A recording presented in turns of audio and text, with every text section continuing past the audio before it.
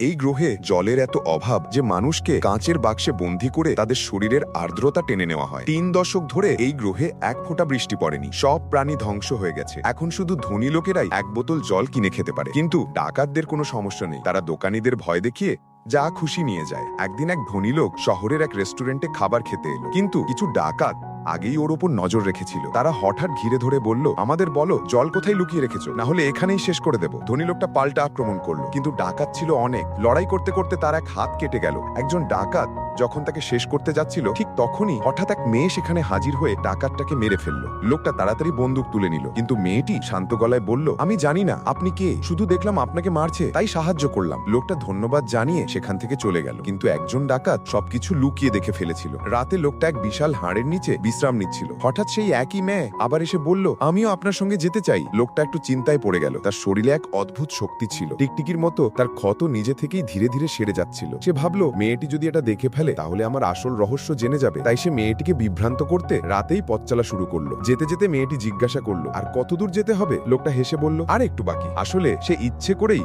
মেয়েটিকে ভুল পথে নিয়ে যাচ্ছিল, যেন সে আসল জায়গার ঠিকানা না জানতে পারে। কিছুক্ষণ পর তারা এক পাহাড়ের পেছনে পৌঁছলো। সেখানে ছিল এক গোপন দরজা। ভেতরে ঢুকতেই মেয়েটির চোখ বড় হয়ে গেল। চারদিকে শুধু সবুজ আর সবুজ। সারা গ্রহে এমন জায়গা সে কখনো দেখেনি। মাঝখানে এক বিশাল সুইমিং পুল ঝকঝক করছে। লোকটা হেসে বলল, এই সব আমার, আমি এই গ্রহের সবচেয়ে ধনী মানুষ। এখানকার সব জিনিস আসে পৃথিবী থেকে। কিন্তু কথা শেষ হবার আগেই দূর থেকে গর্জন শোনা গেল। ডাকাতরা তাদের পিছু নিতে নিতে এখানেও পৌঁছে গেছে।